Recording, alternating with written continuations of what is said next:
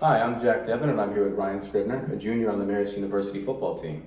Now, what most people don't know about you, Ryan, is that you were recruited out of high school as both a wrestler and a football player.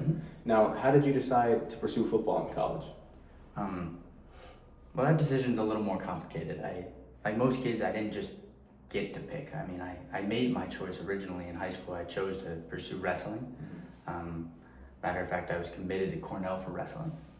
My dream school since I was in 5th grade. That was my dream.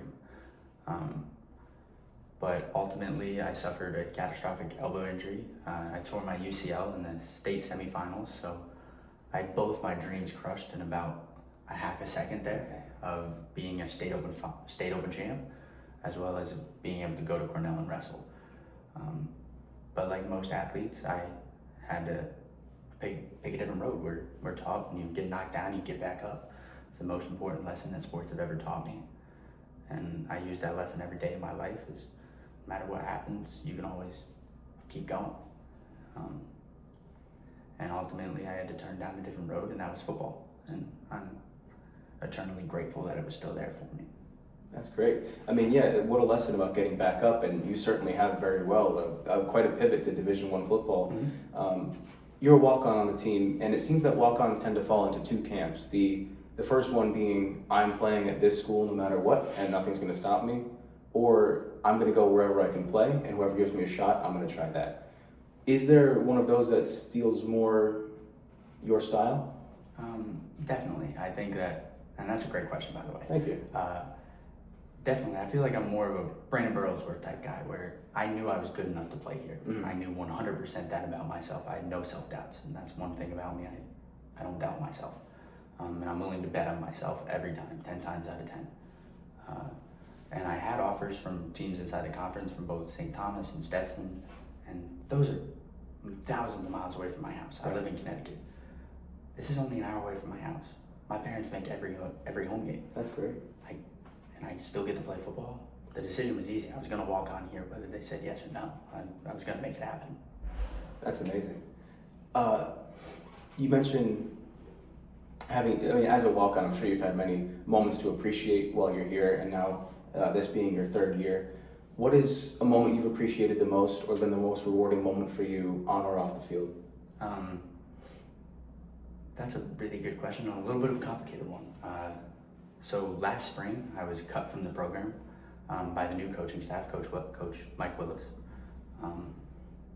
Ultimately, he didn't think I was good enough as a punter, because originally I walked on as a punter here.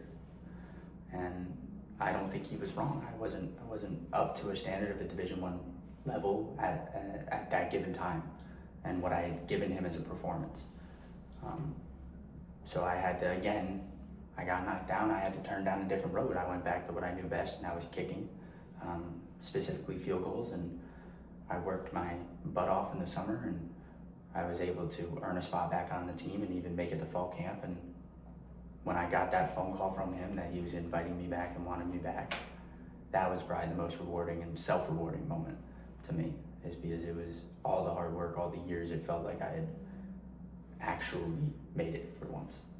I mean, what a tale of hard work and perseverance. And you strike me as a man who's not satisfied with his journey ending here. Do you have NFL aspirations or something else?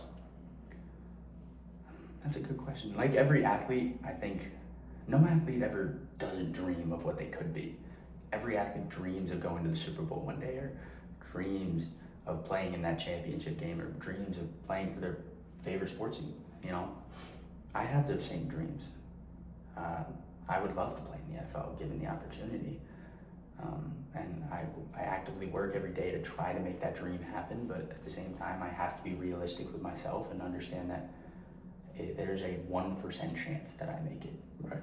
But again, I defied those odds. There was a 1% chance at a high school that I played Division I football, and that's a true statistic. So again, I'm going to bet on myself, and I'm going to try my best. But if it doesn't happen, it doesn't happen, and I have to fall back on being a student athlete and being a student first and focusing on my education at the same time. That's a very wise sentiment. Reality mixed with dreams, and I'm definitely not going to bet against a 2-time walk-on in a Division I program. So, Ryan, thank you very much for your time. No problem. All right, thank you.